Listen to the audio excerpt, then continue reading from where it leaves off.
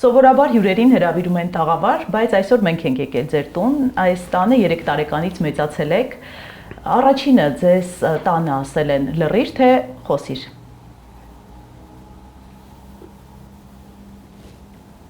Լռելով խոսիր, կամ խոսելով լռիր։ Գիտեք, միշտ խոսելն են մի բան չի, բայց միշտ լռելն են մի բան չի։ Պետք է կարողանաս այդ ամեն ինչը բալանսի, ընդհանրապես կյանքում ամեն ինչ պետք է կարողանաս բալանսի բերես, բայց ես շատ ազատ եմ մեծացել, այդ կողմից ես բախտավոր երեխա եմ, ես միշտ եւ կարողացել եմ իմ ծնողների հետ ամեն ինչի մասին խոսել, իրենք ինձ այդպես են դաստիարակել, այդպես են սովորացրել, ամեն ինչի լինի գրքի, բակում կռիվ արեցի գալիս, ոչ թե գալի պատմում էի, գիտեին, տեղյակ էին, աղջկա հետ ման գալ, սիրահարվել, տառապել, լացել, խանդել, բանաստեղծություններ գրել եւ այլն, եւ ես նույն կերպ իմ երեխաների հետ եմ, իրենք էլ ինձ ամեն ինչ պատմում, ես ամեն ինչից տեղյակ եմ, եւ դա ճիշտ է։ Ճիշտ է, երբ երեխան գիտի, որ կարող է ամեն ինչի մասին գալ եւ ծնողի հետ խոսել, այդպիսով մայրս ասում էր, եթե հիմարություններ ես անելու, գերադասում եմ տանը անես, որովհետեւ այդպիսով դու ուրիշից խորհուրդ չես ստանա, որտեղ կարող է շատ սխալ խորհուրդ լինի, կարող է մտածված սխալ խորհուրդ լինի, ուրիշի օրինակին վատ չես հետևի, միշտ գիտես, որ կան քեզ մտերիմ մարդիկ, որոնք քեզ ճիշտ խորհուրդ կտան։ Դա համար դա շատ ճիշտ է, երբ երեխաների եւ ծնողների միջեւ անկեղծ այսպեսի հարաբերություններ են լինում, բայց դա էլ սահման պիտի ունենա։ Դա էլ պիտի սահման ունենա, ընդհանրապես ամեն ինչ պիտի սահման ունենա։ Գիտեք, այդպեսի խոսք կա, ասում են, քո ազատությունը վերջանում է այնտեղ, որտեղ սկսվում է իմը, բայց դա շատ դժվար է հասկանալ, թե որտեղ է իմը սկսվում, որտեղ է քոնը, ուրեմն դա պիտի մակարդակ ունենաս, դաստիարակություն ունենաս, ինտելեկտ ունենաս, որպեսզի հասկանաս, որ այ իմ ազատությունը այստեղ վերջացավ։ Ես համաձայն չեմ այդ որ երեխաների հետ էսօր, բայց փողոցում բան նայում եմ, դու գիտես, որ դա մեկ էլ երեխայի նույնիսկ են խոսում սու շների ու կատուների հետ էլի միջայրով, ես դրա հետ համաձայն չեմ, ոչ, երեխան պետք է իմանա, որ իր դիմացը ծնող է։ Այդպես նստել, ամեն ինչ բացատրել, երեխան է դիմացը դեղ, բայց դու իր ուղիղից ինչ ես ուզում, քո ուղիղի տարիքի զարգացումն ես ուզում, ես դրա հետ համաձայն չեմ, ծնողը պետք է մնա ծնող։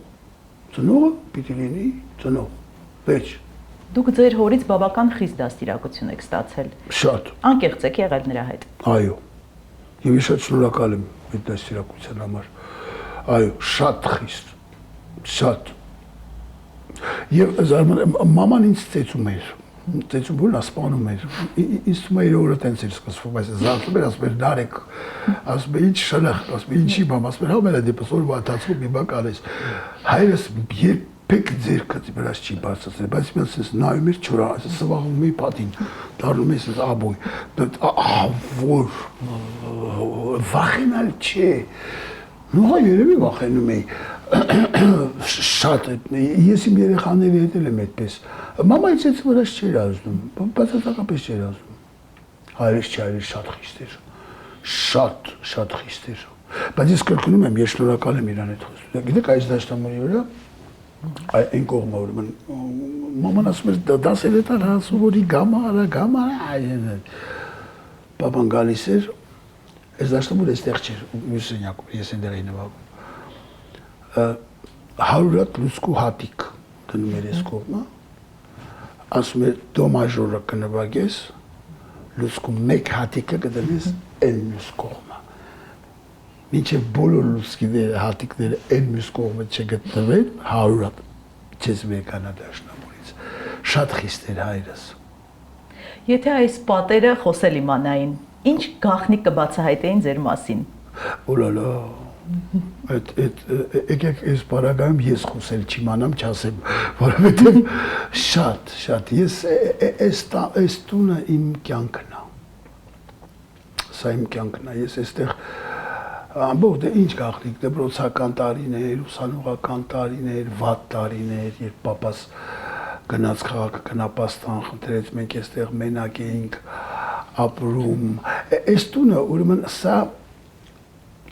3 սենյականոց էր եւ մի սենյականոց էր։ Սա Բրեժնևը ինքը նվիրեց նվիրեց այն ժամանակ այդպես սեփականություն եւ այլն չկար, որ տան, այսպես ասած, հայրիկին եւ ես հատա հիշում եմ, որ երբ օպերան վերջացավ, բաբան փոխվում էր, ես միշտ կողքն էի, իր սրբիչ տվող բան ես էի, որ փոխվում էր, այդպես քրտնած էր ներկայացումից հետո,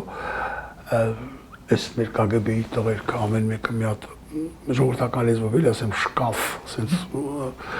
իջան մայստրո Բրեժնև ուզումած ես տեսնի, օպերայում երկրորդ հարգում էր նստած պետական կառավարական լոժաների մոտ այնտեղ մեծ սենյակ կար, որտեղ նստում էին այդ կառավարական մարդիկ, ասեց մայստրո պապան ուզում, ասեց նայվ սփյուռքահայ էր էլի հայրս, այդ աղբար էլի, ասեց հիմա գուքամ ում ես ասում, արա հիմա կգամ, Բրեժնևին ես ասում, հիմա կգամ, ասեց հիմա ասեք, հիմա կգամ, ասեց, ինքը մայկայով ես, ես բանում եմ, սեպիչս իմ ձեր, այս տղերքը, վայ, էնպես եմ հիշում, երկու կողմից ինձ առանց հարցնի, հիմա մտան թևը, պապան էլ փոքր էր, իմ բոյին էր, ես կավելի, այսպես վերցրեցին իրան, էնպես եմ հիշում այդ պատկերը, ոտքեր այսպես պապայի, ու վազացրեցին այդ երկրորդ հարկ Բրեժնևի մոտ։ Ես հետևից վազեցի պապայի, ու ուրեմն որ մտանք պապան այդպես մայկայով բանով եւ այլն բանման խոսացին իր այդ հետո ինձ տեսավ ես հիացած դե ես այն ժամանակ քաղաքում փոքր երեխա էի Բրեժնև ջաջան ասեցի սուդա ինձ եկա մոտը ասեց գիրք ասեց Նորուսերեն էինք խոսում, իհարկե, ասեց դու ես ուզում դասնաս դիրիժոր, ասի չի ես ուզում եմ կոսմոնավտ դառնամ։ Էտա դարձանք էլի կոսմոնավտ։ Եվ ինքը նվիրեց այս տունը, հետո 3-1 էր։ Եվ դա իմ երջանկությունն էր, որտեղ ես 14 տարեկանից ինձ այն մի սենյակում էի ապրում, դուրս եկալի բալկոնում ծխում մենակ, արդեն մենակ էի ապրում էլի։ Աղջիկների ժամերով հեռախոսում այն սենյակում։ Սպասում էի, ես լսում էի ես դուրը շղ, փակվեց, ասում էի չեն գասում, այնտեղ իմ կյանքը վարել։ Բայց հետո երբ պապան քաղաքական ապաստան խնդրեց, մենք վախեցանք, որ մի 3 կամ 3 սենյակը կամ մեկը մեզանից վերցնեն, քանի որ մենք դարձանք ազգի դավաճանի զավակ, դիսիդենտի զավակ եւ այլն, սովետի այդպես բաներ չեր ներում։ Չնայած փաստորեն մենք պլստացինք, եթե սահեցինք, եթե կարող եմ այսպես ասել, մի անգամից այստեղ ցակեցինք պատը, որպեսզի դարձնենք մի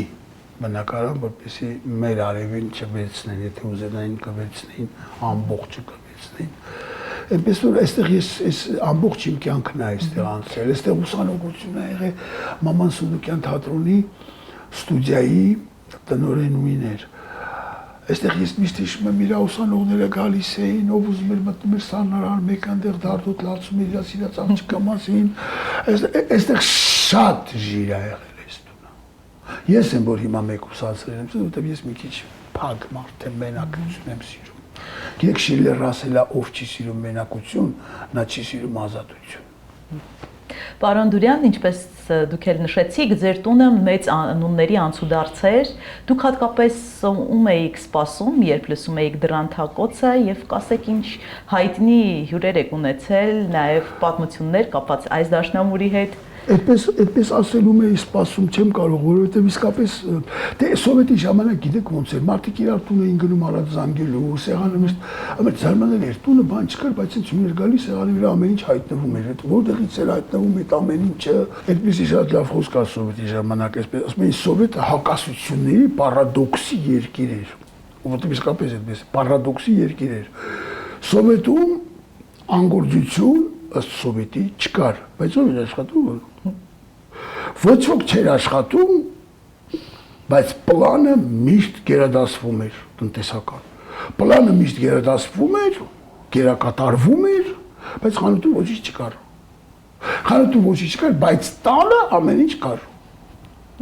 տանը ամեն ինչ կար, բայց բոլորը դժգոհ էին, բոլորը դժգոհ էին, բայց բոլորը քվեարկում էին կողմ, բոլորը քվեարկում էին կողմ, բայց բոլորը դեմ էին։ այսինքն ապրել ենք։ Հասկանում եք, ու ինքը դրա համար գնում էին, գալիս էին, վայ, նոր տարիները, խեղճ մամաս, այն ժամանակ լվացքի մեքենա, չգիտեմ ինչ ամանների եւ հանի, դիր, մինչեւ մեկը, երկուսը, ես հիշում եմ այստեղ սեղանատուն եկան, գնում, գալիս, գնում, մինչեւ ամսու 7-ը, սեղանը դիր, սեղանը հանի, ջուրն էր տալիս էին ուրեմն ժամերով, մաման քնում էր մեկ գիշեր երկուսի, ջուր տվեցին, լսում էր որ մոտորը միացավ, վեր էր թռնում, այս ամանները այսօրվա կանեք, ինչ եք դες գոհում դուք, դուք գիտեք կլինել ինչա, ինչ եք պամպերս եք փոխում, թափում, չգիտեմ ինչ եք անում, բայց գիտեք այդ խեղճ կանայք, գլխարկս հանում, խորարվում եմ իրանց դիմաց, ես որ հիշում եմ ոնց էին այդքան մարդ, ոնց էր մամա, այսօր 3 հոգի գալիս է հյուր կա, այսօր աղջիկները, բայց ես հոգնած եմ 3 հոգի հյուր եմ ունեցել, տասնյակ Օհանդուրյանի տուն, տասնյակ Էլարամ Խաչատրյան, Արնո Բաբաջանյան, չգիտեմ, Ռաստրապովիչ, Հեստակովիչ, մեր Մկրտչյան, Խորենա, ու մի հոգով չէին գալի,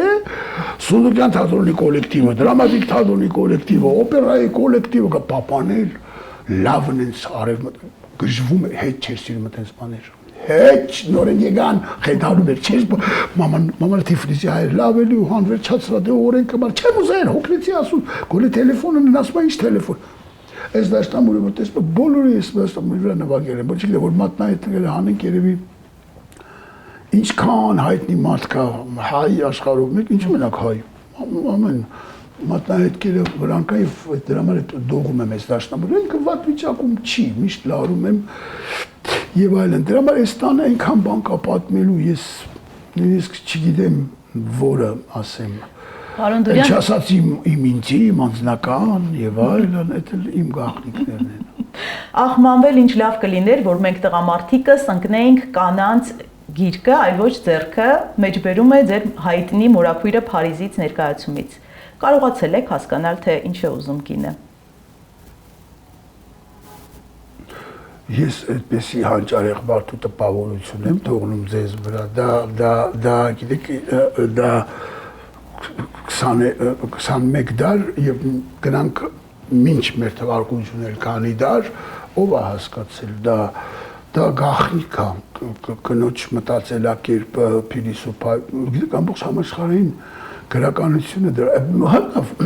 լեցում չէ մենք էլ այդքան պրիմիտիվ անձնավորություններ չեն տղամարդիկ եւ այլն այդպես չի բայց իհարկե ոչ որովհետեւ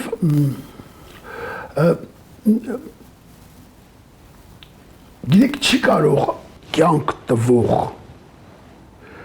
կյանքը շարունակող անձնավորությունը լինի մատչելի հասկանալի, ինձ համար դա գրականության պատճառը կինն է, շեդևրների պատճառը կինն է, քանի պոեմա կա որ նվիրված է տղամարդու, քանի նկար գիտեք որ նկար կնոջը հասկանալ բավականին դժվար է եւ անկեղծ որ ասեմ պետք էլ չի հենց միստիկան դրա մեջ է ես երբ որ մի բան ես վերցնում ասում ես տեսնես սա ոնց աշխատում ես քանդել չէ երբ որ տեսած ես գցես մեկում այլ պետք չի մի քանդի պետք ինչ ես քանդի պետք չի աշխատում այլ բայց մտածի ոնց աշխատում չէ չեմ կարողացել եւ չեմ էլ ուզում անկեղծ որ ասեմ չեմ էլ ուզում ես մի բան եմ ուզում որ կինը մնա կին Այսօրվա այս անհասկանալի կանանց որոնց տեսնում եմ մեկ-մեկ երեք նայում եմ հեռուստացույց մի հատ նիհար աղջիկ 7 հատ այսպես ես զիվիզ ունեցող տղամարդկանց մի տփելա տփում մի ծեծելա ծեծում մեկի շպրտում է այս կողմ մեկի ու ամենակարևորը գիտեք ծաղորի չունի հավատում է այդ դերասանուին հավատում է որ ինքը կարող է իսկապես այդ շատ տակելքի այդ ծեծվող տղամարդկանց աչքերի մեջ նայել էլի որովհետև զգում են էլի որ ոսմը չբռնեք սրանց հատկացնեք բայց ռեժիսոր ասել հանգարտ չկպնեք փողենք տալիս դուք պետք է ծեծվեք գիտեք ինչ ես այս քարոզը հավասարություն տղամարդկանց հետ եղբայր ինչ հավասարություն դուք մեզնից բարձր եք ինչ եք ուզում իջնեք մեզ հարգավ քվեարկության հավասարություն, աշխատանքի իր այդ անպայման դրա մասին չենք խոսում։ Բարձա, Այդ ամեն ինչը բարձ է, բայց ուրիշ ինչի մեջ է, նա տեսանք այն գենդեր բոքսյորը, որ օլիմպիական խաղերին գնաց, մտավ կանանց բան, աշխարհի չեմպիոն կնոջը 45 վայրկյանում նոկաուտ արեց, չանը ծարեց, գցեց գնաց, սենց արեց, ես չեմպիոն, եղբայր պետք, ես չեմ հասկանում այս ամեն ինչը, չի մտնում իմ գլխի մեջ։ Ու ոչ ոք չհամարձակվի ինձ ասել հետա մնաց, չզարգացածը իրանք են, ես շատ զարգացած եմ, պարզապես այսօր չզարգացածների դարն է, կանցնի, հաստատ կանցնի, այսօր չզարգացածների դարն է, այսօր ինկվիզիցիայի դար է աշխարհով մեկ, ես միշտ ասում եմ, եթե ժամանակին ինկվիզիցիան միջին դարերում վառում էին Աստծուն չհավատալու համար, այսօր վառում են աշխարհում Աստծուն հավատալու համար։ Հայր մայր հավատալու համար, ընտանիք հավատալու համար, կանցնի։ Աստվածտա ես տեսնեմ, կանցնի։ Դա օրինաչափություն է։ Դարաշրջանները պատտվում են, գալիս են մի հատ սև մոմենտի, հետո ռենեսանսը սկսվում, Նոթր Դամ դե Պարին է կառուցվում,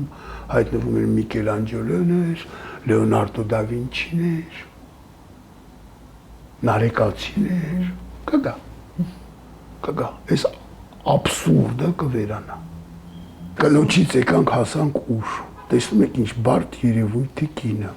հիմա ինչ պետք է հասկանալ, պետք չի հասկանալ։ Ու անդրադառնանք միանգամից ձեր ներկայացումներին, քանի որ տարին սկսում եք Օլալա Մսյո Պոլ ներկայացմամբ Բոհեմում։ Կասեք ինչու հենց այդ ներկայացմամբ եւ արդյոք խիստ եք դուք։ Թե թողնում եք, որ դերասանները եւս ստեղծագործեն։ Ուրեմն ինչու այդ ներկայացում շատ պրիմիտիվ պատասխան կարող եմ տալ, որովհետեւ կարողացել ենք այդքան դերասանի հավաքենք այդ օրը։ Այսօր շատ դժվար է դերասաններին հավաքել։ Բայց ես ուրախ եմ, մարդիկ աշխատում են, այսօր շատ դժվար, գիտեք մենք մասնավոր թատրոն ենք, մենք պետական թատրոն չենք, որ 180 դերասան ունենանք ընդեղ գարաժում դրած, որին ուզենանք կանչենք, մենք չենք կարող այդ բանը մեզ թույլ տալ, ու այդքան աշխատավարձ տանք, օդ, գնում է, այդ շատ պետական, լավ դա ես չի վերաբերում, չխոսենք, բայց կարողացանք այդքան դերասան միաժամանակ հավաքել։ Իսկ խիստ եմ ես արդյոք, իհարկե խիստ եմ, բայց ու իրանք գիտեն, որ ես շատ խիստ եմ։ Այն անգամ Ջուլիան լավ ասեց, որ իմացան քո հետ աշխատում են, ասեցին դու գժի հետ աշխատում ես։ Ես խնդիր չունեմ, հա թող ինձ գիժ ասեն, Պարսևակը ուրա թե ինձ միշտ գիժ ասեն, առանց համեմատվելու այդ հանճարի հետ։ Մի քիչ կտորիմը անհամեստացվեց, բայց երբ դերասանը մի լավ բան անում բեմի վրա, որը մնում է իմ կոնցեպցիայի մեջ, իհարկե ընդունում եմ, եւ ես բախտավոր եմ, ես շատ լավ պարտներներ ունեմ, շատ լավ խաղանքերներ ունեմ։ Ում կանանցնացնեք հատկապես։ Ոչ մեկին, բոլորը, հիմա բոլորը անուն չթվարկեմ, բոլորը, բացարձակապես բոլորը ես շատ լավ եմ ինձ զգում բեմի վրա։ Հետո իրանք ինձ գիտեն, ինչ ճանաչում են, դա շատ կարևոր է, երբ մենք շատ լավ հարաբերության մեջ ենք, գիտեք, կոլեկտիվի հաջողությունը մանավանդ արվեստում ընկերական լինելն է, այդ պետական թատրոններում վարագույրը բացվում է, ես ասում եմ, իրար չեն սիրում, մի անգամից էլ չեն խոսի, ես տեսնում եմ, ով չի սիրում, մի անգամից երևում է, որ իրար ալտում են շատերը, մեր մոտ այդպես, նայեք, Բիթլզները, երբ ընկեր էին, Բիթլզեն, այն օնոն եկավ,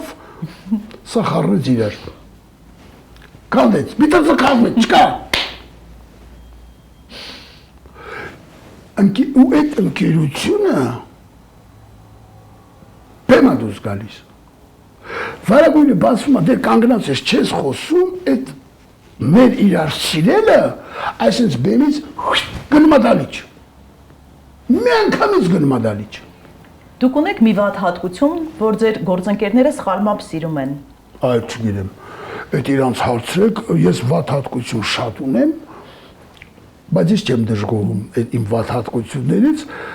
որ իրանք սիրում են, ես չգիտեմ, ես իրեմ ինչն են սիրում, ինչը չեն սիրում, Ես չգիտեմ, դա իրանց պիտի հարցնեք։ Գիտեք ինչ, ես միշտ ասում եմ, ինձ է շատ հեշտ է։ Մի ուշացեք։ Ժամը 3-ին է փորձը, 3-ին եկեք։ Ես իշում մի ինստիտուտում կուրսից ասեցի, որ ուշանում են երեխեքին, ասի մի խաբեք, մի ասեք, վայ, մույ, ասի քնած եմ մնացել, մի խաբեք։ Այդ օրվանից բոլորը մտնում էին բարից, ես քնած եմ մնացել, մի ուշացեք, մի խաբեք, զզվում եմ խաբե բաներից, զզվում եմ, ես դա ներել չեմ կարող։ Եվ աշխատեք, աշխատեք։ Բարդ բան եմ ասում, ուրիշ կիսելիք չունեմ։ Պարոն Դուրյան, ավելի հեշտ է ճշմարտությունը ասել բեմից, թե կյանքում խոսել այդ մասին։ Հիմա հեշտ է ճշմարտությունը ասելը։ Գիտեք ինչ է, ես անկեղծ որ ասեմ, ես նույնիսկ չգիտեմ որտեղ է իմ համար բեմը, որտեղ է կյանքը։ Ես թվում իմ կյանքը բեմն է։ Դա ծեծված խոսք չի, դա իսկապես այդպես է։ Ես այն ինչ որ ուզում եմ արտահայտվում բեմից եմ։ Նայեք, ես չեմ մտնում քաղաքականության մեջ։ Տեսեք, այսքան տարի է ինձ երբեք չեք տեսնի, ես մեկի քարոշա, մեկ ասեմ լավ է, ես իմ քաղաքական դեպքում ունեմ, բարձա, ունեմ, սրան համաձայն եմ, սրան սիրում եմ, սրան չեմ սիրում։ Բայց արտիստը բեմից պիտի ասի ամեն ինչ։ Գիտեք, արտիստը երբ դառնում է ինչ-որ մի քաղաքականության, ինչ-որ մեկի քարոզիչ, դա դառնում է այն ժամանակին թագավորները ծաղրացում էին ոտի տակ նստած, ինքը դառնում է դա։ Արտիստը պիտի միշտ լինի օպոզիցիայի մեջ, նույնիսկ եթե կառավարության գլխի նստած է, այն մարդը, որի ինքը 100% համաձայն է, այդպիսով ինքը ազատ կմնա եւ անկախ։ Դրա համար ես միշտ գերադասել եմ բեմից խոսել, բեմից ասել իմ կարծիքը եւ մի բան էլ ասեմ, ես շատ մեծ կարևորություն եմ տալիս ենթատեքստով մի բան ասել։ Արտիստը իրավունք չունի ուղիղ մի բան, ես չեմ սիրում քարոզ բեմի վրա, ես իմ կարծիքն եմ ասում, հա։ Ես չեմ սիրում, դուս գաս ասես, այս ինչ է, ավելա այնպես մի բան ասես, որ հանդիսատեսը հասկանա, որ դու ինչ-որ մեկի մասին ես ասում։ Եվ կարժանանաս ծափերի։ Որտեղ եթե ասես, այս ինչ է, ես իրենք գիտել։ Կեսը համաձայն է, կեսը համաձայն չի, պրիմիտիվ։ Բեմում իմպրովիզներ սիրում եք, իսկ կյանքում։ Դե կյանքը ինքը արդեն իմպրովիզ է, էլի։ Առավոտ արտանում ես իմպրովիզացիաներով ամբողջ օրը տանցնում է։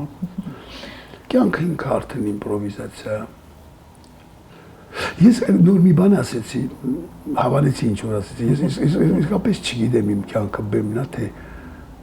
կյանքը, այսինքն բեմն է իմ կյանքը, թե կյանքն է իմ բեմը, որտեղ եմ ես ավելի խաղում, ես չգիտեմ, լուրջ չգիտեմ, որտեղ եմ ես ինձ ավելի լավ զգում, երևի բեմում, իսկապես, զարմանալի է։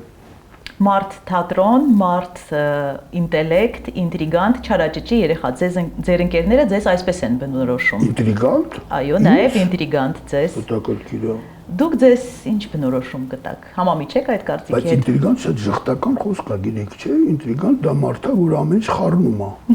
Ո՞վ է այդպես, դա շատ հետաքրքիր է։ Դերասաններից մեկը։ Ինտրիգանտ։ Այո։ Համամիջ չեք այդ կարծիքի հետ։ Դուք ձեր կարծիքը ասեք։ Գիտեք ինչ է, չէ, սպասեք։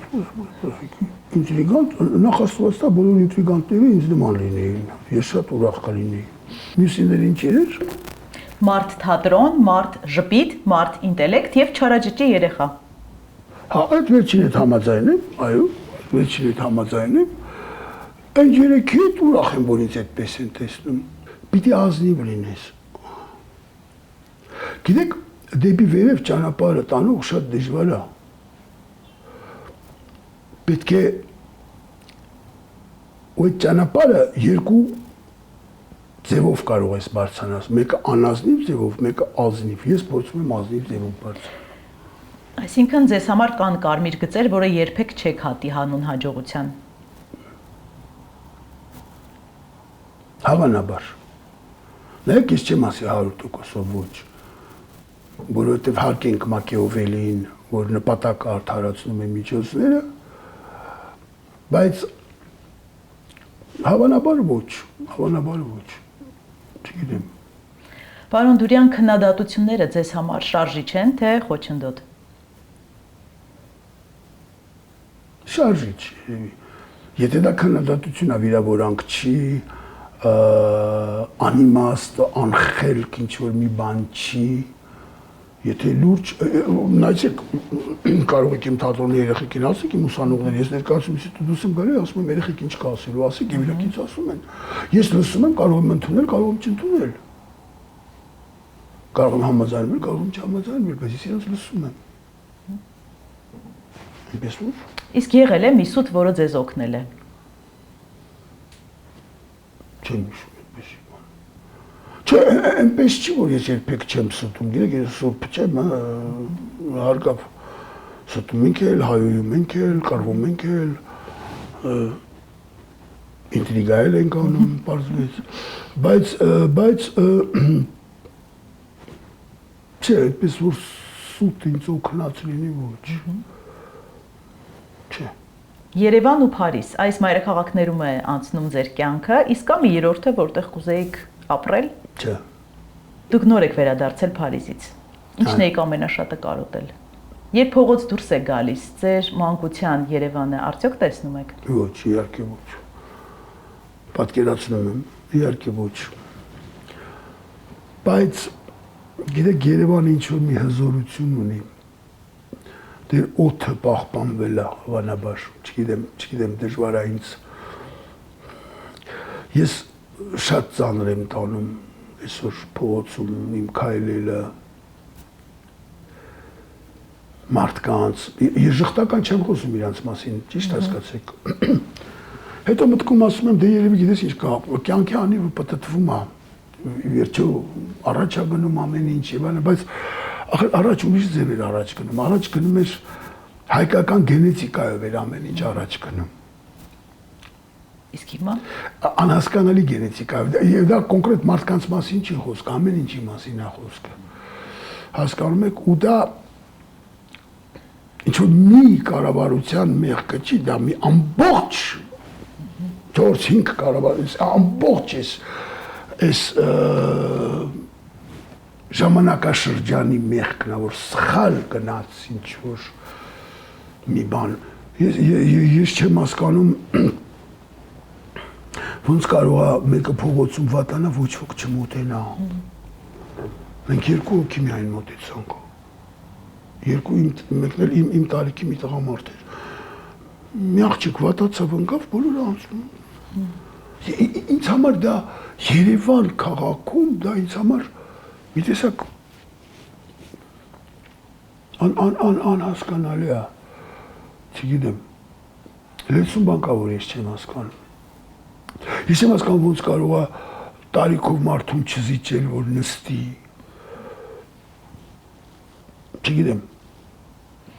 Իսկ կարող եք առանձնացնել կամ ասել, թե որ կառավարության ժամանակ եք ամենից լավ ապրել։ Չէ, չեմ կարող։ Չէ, ես միշտ նախ ես ասացի, որ ես քաղաքականությունից չեմ խոսում, երկրորդը թու երևի հենց դրա պատճառով էլ հանգիստ ինձ համար ապրում եմ։ Ես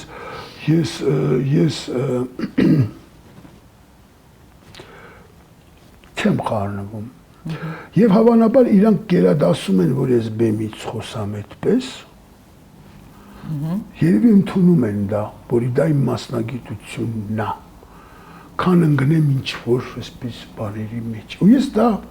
ճիշտ եմ համարում։ Ամեն մեկը իր մասնագիտության մեջ պիտի իր չհամաձայնությունը ասի, իր կռիվը տանի,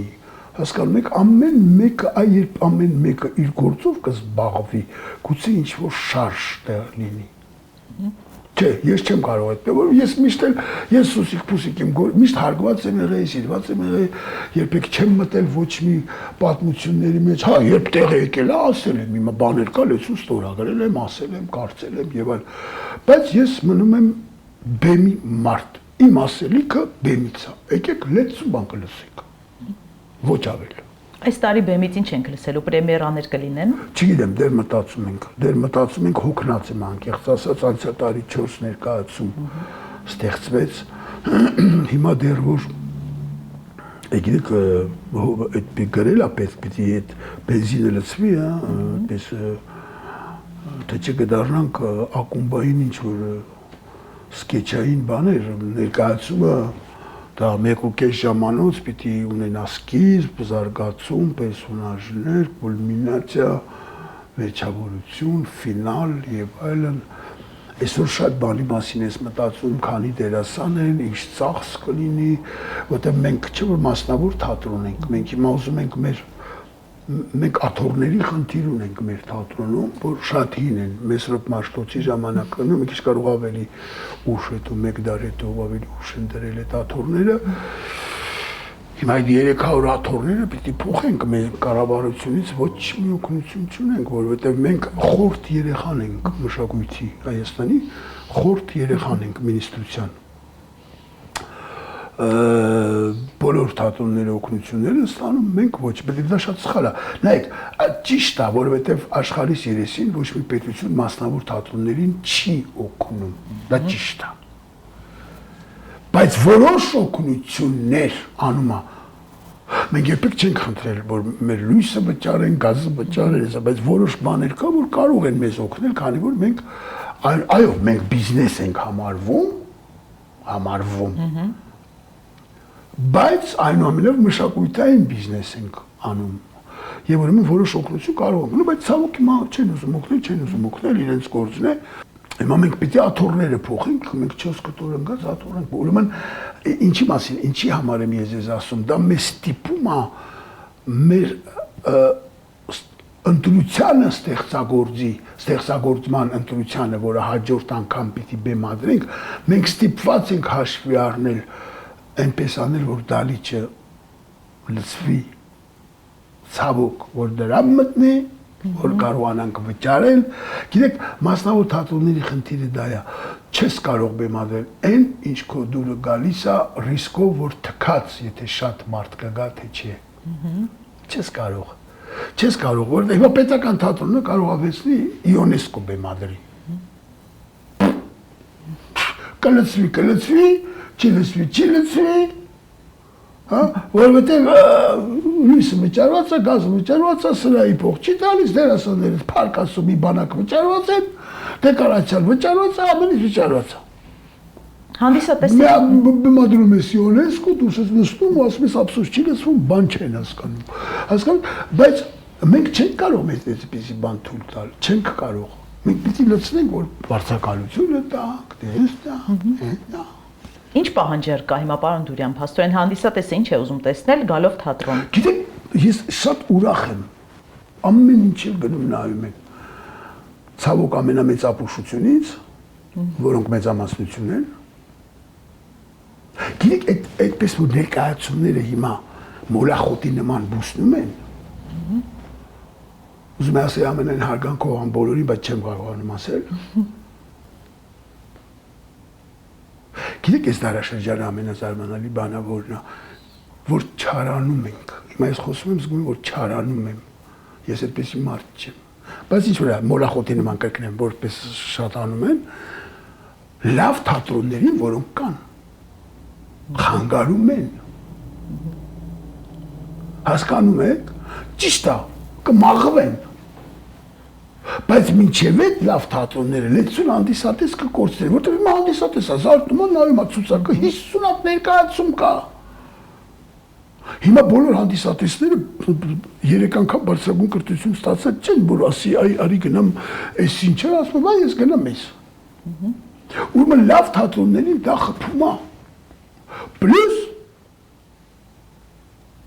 Այն հանդիսատեսը, որ գնում այնտեղ առաջի անգամ թատրոն գնում, գտնում որ թատրոնի չափանիշը սա է։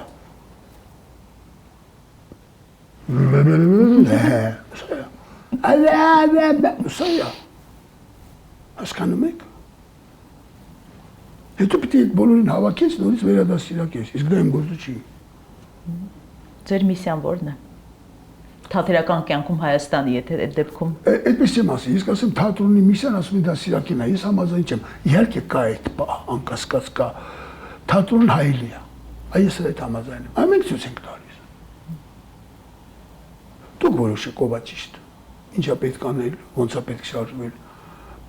Մենք միսիա չենք եկել այստեղ քարոզանելու, դաստիարակելու, սովորեցնելու։ Ոչ։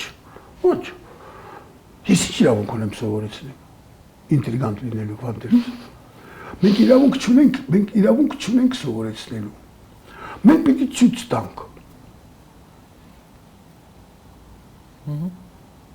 Մենք պիտի ցույց տանք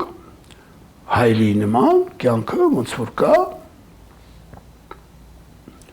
արդեն նոր մարդիկ թող որոշեն, որ նա ճիշտ, որը սխալ։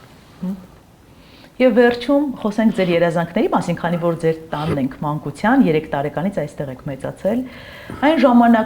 ժամանակվա Նարեկ Դուրյանի բոլոր երազանքները կատարվել են։ Գրեթե։ Եվ եթե ծնվի Երջանիկ մարդ եք։ Շատ։ Այո, թատրոնի աթոռներ էլ փոխեմ, լրիվ երջանիկ կլինեմ։ Շատ երջանիկ եմ, լույսերն էլ։ Звук բաններ, մագնիտոֆոններ, որ կարող եմ փոխել։ Էսա, գիտեք ինչ, բայց ես որ սրանով ապրում եմ, ես գտնում եմ, այո, ես երջանիկ մարդ եմ, ես ուրիշ հոգություն։ Այո, եթե ես նորից ծնվեի, ես նույն կյանքը կուզենայի ապրել, անկեղծ։ Այն նույն ուրախություններով, նույն դժվարություններով, նույն տառապանքներով, նույն հաջողություններով։ Մի քանի բան կուզեի որ չլիներ, բայց ոչինչ կանցին։ Բայց մի երազանք չեք կատարել։ Որը։ Դուք ասացիք, որ ուզում եք տիեզերագնաց դառնայիք, երբ Բրեժնևը հարցրել է ձեզ, բայց չդարձաք։ Այդ սովետի ժամանակ էր։ Հիմա բայց լավ բան եք ասում, կուզենայի, մի հատ վերևից նայի։ Դապես վերևը իմ թուլությունն է։ Հաջողություններ եմ ձեզ մաղթում, շատ շնորհակալություն։ Ես եմ շնորհակալ, լավ եղեք, պինդ եղեք, հայ մնացեք։ Ու հիշենք մեկ բան, ազգ